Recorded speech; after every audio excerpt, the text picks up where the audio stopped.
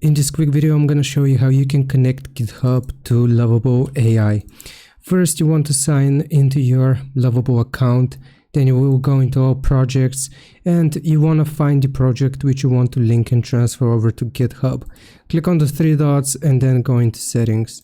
Once you go into settings, from the left hand side, you want to scroll down until you see the option for connectors. And right here, you just want to select GitHub at the bottom. Click on GitHub and it's gonna give you the option to connect the project.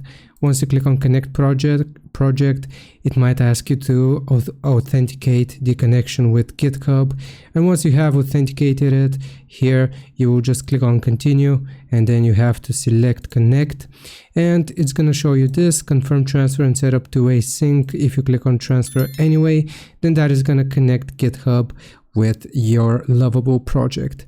I hope this helps. Leave a like and subscribe. I'll see you next time.